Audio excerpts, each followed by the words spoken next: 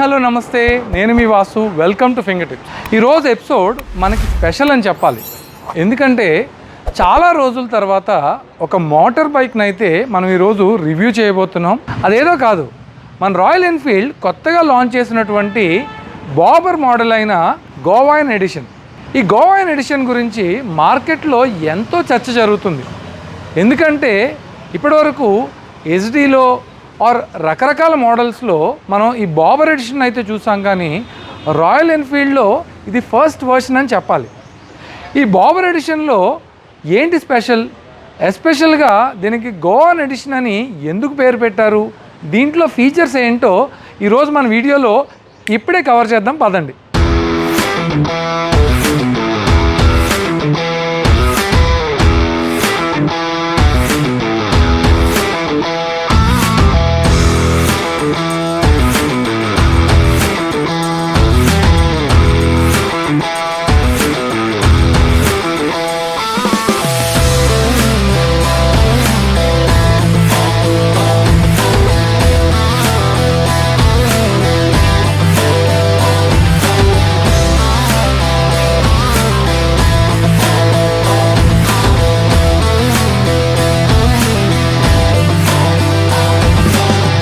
Introducing the all new Royal Enfield Goan edition.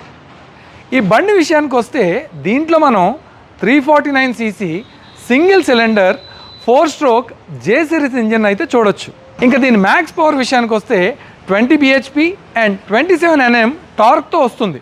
దీంట్లో మనకి 5 speed gear system, అంతేకాకుండా complete బాడీని అయితే వీళ్ళు రీడిఫైన్ చేయడం అయితే జరిగింది. ఇంకా బండి మైలేజ్ విషయానికి వస్తే వీళ్ళు దాదాపు దీనిలో 35 కిలోమీటర్స్ మైలేజ్ని అయితే కంపెనీ వాళ్ళు ఎక్స్పెక్ట్ చేస్తున్నారు.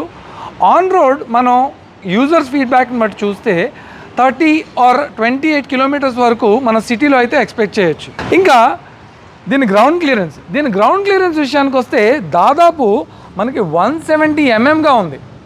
అంటే ఇండస్ట్రీ స్టాండర్డ్స్లో ఇది ఒక బెంచ్ మార్క్ అనే చెప్పాలి. ఈ మోడల్లో పర్టికులర్గా మీరు హైట్ విధంగా చూసినట్లయితే ఇది రీజనబుల్ అమౌంట్ ఆఫ్ హైట్లో ఉండి ఎటువంటి హైట్లో ఉన్న రైడర్స్ కన్నా కంఫర్టబుల్గా ఉంటుంది. ఈ మోడల్ని వీళ్ళు డిజైన్ చేసినప్పుడు ముఖ్యంగా కొన్ని విషయాల్లో అయితే చాలా జాగ్రత్త తీసుకున్నారని చెప్పాలి. బాడీ డీటెయిలింగ్ విషయానికి వస్తే చాలా విషయాల్లో మనకి కొత్త ఫీచర్స్ అయితే కనబడుతున్నాయి. ముఖ్యంగా ఈ ట్యాంక్ విషయానికి వస్తే వీళ్ళు కొత్తగా ఈ రాయల్ ఎన్ఫీల్డ్ లోగోని అయితే వీళ్ళు డిజైన్ చేయడం జరిగింది. అంతేకాకుండా ఇది మనకి మ్యాట్ కలర్లో అయితే రావడం జరుగుతుంది. ఈ బైక్లో మొత్తం మనకి 4 కలర్స్ అయితే వీళ్ళు లాంచ్ చేయడం జరిగింది. దాంట్లో మనం చూస్తున్న matte black, purple, red and black and teal కలర్లో అయితే వీళ్ళు లాంచ్ చేశారు. ఇంకా బాడీ డీటెయిలింగ్ విషయానికి వస్తే మీరు ఇక్కడ చూసినట్లయితే ఈ మ్యాట్ కలర్ ట్యాంక్ మీద ఈ గ్లాసీ స్టిక్కరింగ్ని అయితే వీళ్ళు ఇవ్వడం జరిగింది. అంతేకాకుండా ఈ ట్యాంక్ మీద కూడా వీళ్ళు స్టిక్కరింగ్ని ఇవ్వడం జరిగింది.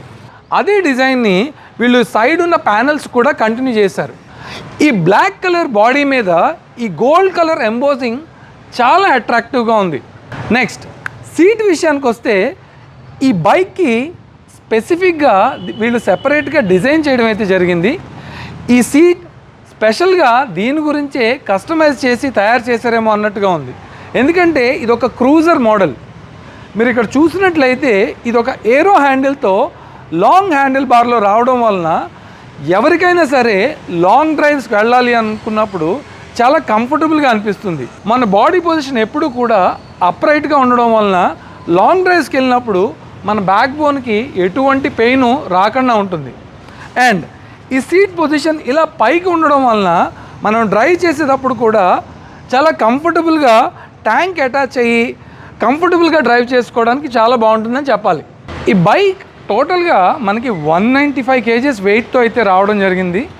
అదే పిలియన్ సీట్ కనుక యాడ్ చేసినట్లయితే ఇంకొక 2-3 kgs వెయిట్ అయితే పెరుగుతుంది. ఫ్రంట్ లుక్ విషయానికి వస్తే స్టాండర్డ్గా మనం 350 క్లాసిక్లో చూసినట్టుగా వీళ్ళు క్రోమ్ కలర్ డోమ్ని అయితే ఇవ్వడం జరిగింది.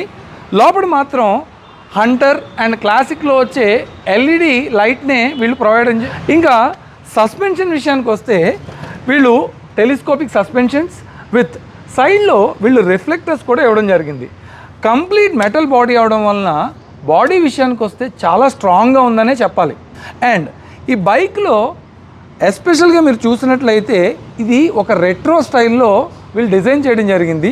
టైర్స్ మీరు చూసినట్లయితే మనకి ఒక వింటేజ్ ఫీలింగ్ కలుగుతుంది. ఇంకా టైర్స్ విషయానికి వస్తే వీళ్ళు దీన్ని కంప్లీట్గా రీడిజైన్ చేశారు, ఎందుకంటే ఇది ఒక వింటేజ్ లుక్ వస్తుంది. ఇవి రెట్రో టైర్స్. మీరు ఇక్కడ చూసినట్లయితే స్టాండర్డ్ బ్లాక్ టైర్స్ కాకుండా వీళ్ళు ఒక వైట్ కలర్ ఎంబోజింగ్ అయితే దీని మీద ఇవ్వడం జరిగింది. దానివల్ల మనకు ఒక వింటేజ్ లుక్ అయితే వస్తుంది.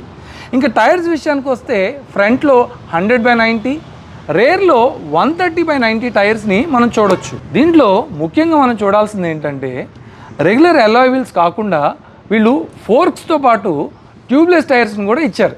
అండ్ ఇండికేటర్స్ విషయానికి వస్తే ఇండికేటర్స్ బాడీకి చాలా బాగున్నాయి అని చెప్పాలి. ఇవి complete LED indicators, front and రేర్లో కూడా మనకి ఎల్ఈడి ఇండికేటర్స్నే ఇవ్వడం జరిగింది. ఇంకా పైన చూసినట్లయితే బ్రేక్ అండ్ క్లచ్ లివర్స్ని వీళ్ళు అల్యూమినియం ఫినిష్లో ఇచ్చారు. ఎందుకంటే దీంట్లో మీరు చూసినట్లయితే ఇవి అడ్జస్టబుల్ క్లచ్తో రావడం జరిగింది. అంటే రైడర్కి సంబంధించి వాళ్ళకి కావాల్సిన విధంగా ఈ క్లచ్ని ఆర్ లివర్స్ని వీళ్ళు కస్టమైజ్ చేసుకోవచ్చు అనమాట. ఇంకా మీకు ఇప్పుడు సైడ్ లుక్ని చూపిస్తాను. ఇంకా సైడ్ లుక్ విషయానికి వస్తే ఇది కంప్లీట్ బ్లాక్ బాడీతో రావడం వలన దీని మీద ఈ గోల్డ్ కలర్ ఎంబ్లమ్ చాలా ఎవిడెంట్గా అనిపిస్తుంది. అంతేకాకుండా ఈ క్రోమ్ కలర్ ఇంటీరియర్ బ్లాక్ బాడీకి చాలా బాగా మ్యాచ్ అయిందని చెప్పాలి. మీరు సైడ్లో చూసినట్లయితే ఈ సైలెన్సర్ని వీళ్ళు కొత్తగా డిజైన్ చేశారు. ఇప్పుడు వరకు ఉన్న రాయల్ ఎన్ఫీల్డ్లో ఎక్కడా కూడా మనం ఇటువంటి సైలెన్సర్ని మనం చూడలేదు. ఇది ఒక లాంగ్ సైలెన్సర్. దీని బీట్ కూడా కంప్లీట్గా మారిపోయిందనే చెప్పాలి. మీకు ఆన్ చేసి దీని బీట్ ఎలా ఉందో కూడా నేను చూపిస్తాను. ఫ్రంట్లో మనం చూసినట్లయితే దీని ఇంజన్ గార్డ్ కూడా బ్లాక్ కలర్ మ్యాట్ ఫినిష్లో ఇవ్వడం జరిగింది. అండ్ ఈ బైక్ని డిజైన్ చేసే ప్రాసెస్లో వీళ్ళు చిన్న చిన్న విషయాలను కూడా చాలా డీటెయిల్డ్గా డిజైన్ చేయడం జరిగింది. మనం చూసినట్లయితే ఈ రాయల్ ఎన్ఫీల్డ్ లోగో ఏదైతే ఉందో అది కేవలం ఇంజన్ మీదే కాకుండా ఈ ఫుట్ రెస్ట్ మీద కూడా వీళ్ళు ప్రొవైడ్ చేయడం జరిగింది. ఇంకా బ్యాక్ విషయానికి వస్తే స్టాండర్డ్ సస్పెన్షన్స్ అయితే ఇవ్వడం జరిగింది. మనం 200 mm డిస్క్ బ్రేక్స్. అండ్ ఈ డీటెయిలింగ్ విషయానికి వస్తే వీళ్ళు చాలా జాగ్రత్త తీసుకున్నారు. ఇది కొత్తగా ఉంది. అండ్ దీని మీద కూడా వీళ్ళు రాయల్ ఎన్ఫీల్డ్ లోగోని అయితే ఎంబోస్ చేయడం జరిగింది. ఇంకా సీట్ విషయానికి వస్తే ఈ సీట్ని ఇందాక మనం చెప్పుకున్నట్టుగా వీళ్ళు కంప్లీట్గా రీడిజైన్ చేయడం జరిగింది. ఇది ఒక రిమూవబుల్ సీట్. అండ్ సీట్కి వీళ్ళు గ్రాబ్ హ్యాండిల్స్ కూడా ఇవ్వడం జరిగింది. మీకు లెఫ్ట్ సైడ్లో కూడా ఒక గ్రాబ్ హ్యాండిల్ అయితే వీళ్ళు ప్రొవైడ్ చేశారు. దీన్ని లగేజ్ కింద కూడా మనం యూటిలైజ్ చేసుకోవచ్చు. అండ్ ఈ సీట్లో మనకి పైన కూడా గోవాన్ క్లాసిక్ 350 అనే లోగోను కూడా వీళ్ళు ఎంబోస్ చేయడం జరిగింది. ఇదైతే చాలా చాలా బాగుందని చెప్పాలి. రేర్లో చూసినట్లయితే సీట్ మీద రాయల్ ఎన్ఫీల్డ్ లోగో అండ్ ఈ కొత్తగా డిజైన్ చేసిన రైలింగ్ మీద కూడా వీళ్ళు రాయల్ ఎన్ఫీల్డ్ అనే బ్రాండ్ని వీళ్ళు ఇంపోజ్ చేయడం జరిగింది. మీరు బ్యాక్ చూసినట్లయితే ఈ ఇండికేటర్ని ఈ బైక్ కోసమే వీళ్ళు స్పెషల్గా డిజైన్ చేశారు. ఈ బైక్కి ఈ ఇండికేటర్ అండ్ టెయిల్ ల్యాంప్ చాలా చాలా లుక్ని ఇచ్చిందనే చెప్పాలి. ఇంకా లెఫ్ట్ సైడ్లో మనం చూసినట్లయితే Goan classic with 350 badging and petrol tank మీద కూడా రాయల్ ఎన్ఫీల్డ్ లోగోని వీళ్ళు ఎంబోస్ చేశారు. హ్యాండిల్ బార్స్ విషయానికి వస్తే క్రోమ్ కలర్ డీటెయిలింగ్తో పాటు ఇంజన్ గార్డ్ మీద కూడా అల్యూమినియం ఫినిష్లో రాయల్ ఎన్ఫీల్డ్ డీటెయిలింగ్ని వీళ్ళు ప్రొవైడ్ చేయడం జరిగింది. మీరు ఓవరాల్గా చూసినట్లయితే ఈ రాయల్ ఎన్ఫీల్డ్ అనే బ్రాండ్ని వీళ్ళు బండి మీద చాలా చోట్ల యూజ్ చేయడం అయితే జరిగింది. ఇంకా ఆలస్యం చేయకుండా ఈ బండిని ఇప్పుడే మనం టెస్ట్ డ్రైవ్ చేసి దీని పర్ఫార్మెన్స్ ఎలా ఉందో చూద్దాం.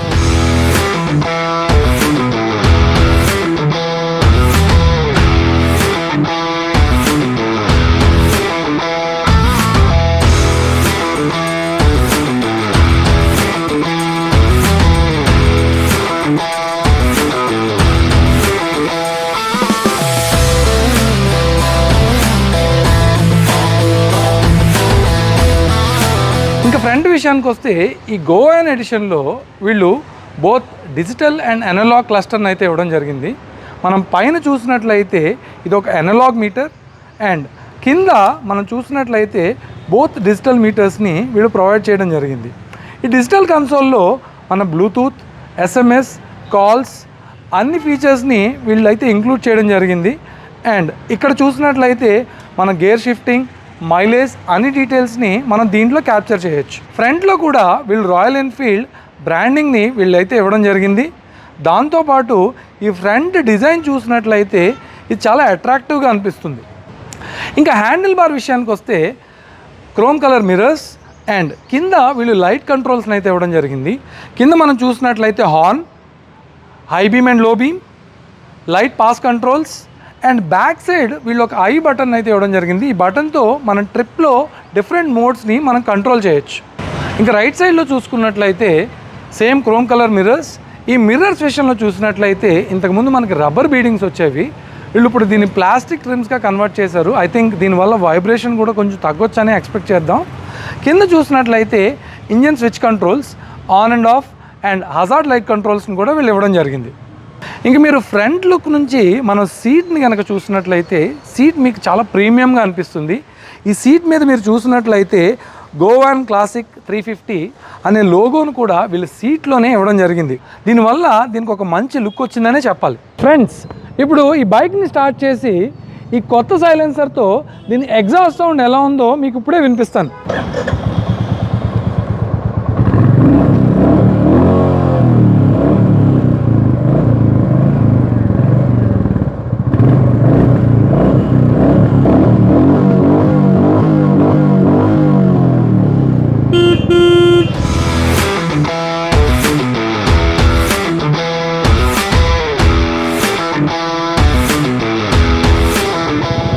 ఈ గేర్స్ విషయానికి వస్తే ఫస్ట్ గేర్లో చాలా స్మూత్గా ఉందనే చెప్పాలి, పవర్ కూడా బాగానే ఉంది.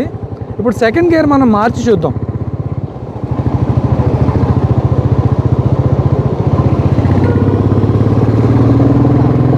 పికప్ అయితే చాలా బాగుంది, బ్రేకింగ్ కూడా చాలా ఎఫిషియెంట్గా ఉందని చెప్పాలి. థర్డ్ గేర్లో దాదాపు 70 స్పీడ్ అయితే మనం మెయింటైన్ చేస్తున్నాం.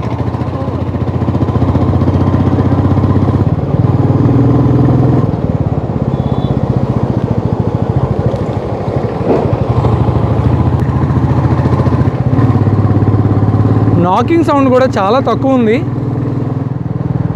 ఇది ఒక క్రూజింగ్ బైక్ అవడం వలన sitting position and riding position కూడా చాలా కంఫర్టబుల్గా ఉంది.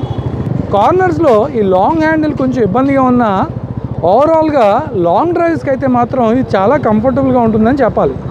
రైడర్స్ ఒకవేళ ఈ లాంగ్ హ్యాండిల్ ఇష్టం లేనట్లయితే దీన్ని షార్ట్ హ్యాండిల్గా కూడా కన్వర్ట్ చేసుకోవచ్చు. ఓవరాల్గా ఈ రాయల్ ఎన్ఫీల్డ్ గోవాన్ ఎడిషన్ రైడ్ ఎక్స్పీరియన్స్ అయితే బాగుందని చెప్పాలి. ఇంకా దీని ప్రైజింగ్ విషయానికి వస్తే ఇది ఎక్స్-షోరూమ్ దాదాపు 2,30,000 అయితే ఆన్ రోడ్కి వచ్చేసరికి దాదాపుగా మనకి 2,80,000 నుంచి 85,000 వరకు అవుతుంది. యాక్సెసరీస్ అయితే అడిషనల్గా మనం తీసుకోవాల్సి ఉంటుంది. ఇది ఫ్రెండ్స్ ఈరోజు మన రాయల్ ఎన్ఫీల్డ్ గోవాన్ ఎడిషన్ యొక్క విశేషాలు. వచ్చే వారం మరో కొత్త ఎపిసోడ్లో మళ్ళీ కలుస్తాను. అంతవరకు సెలవు. Signing off for today. Cameraman వెంకట్తో మీ వాసు.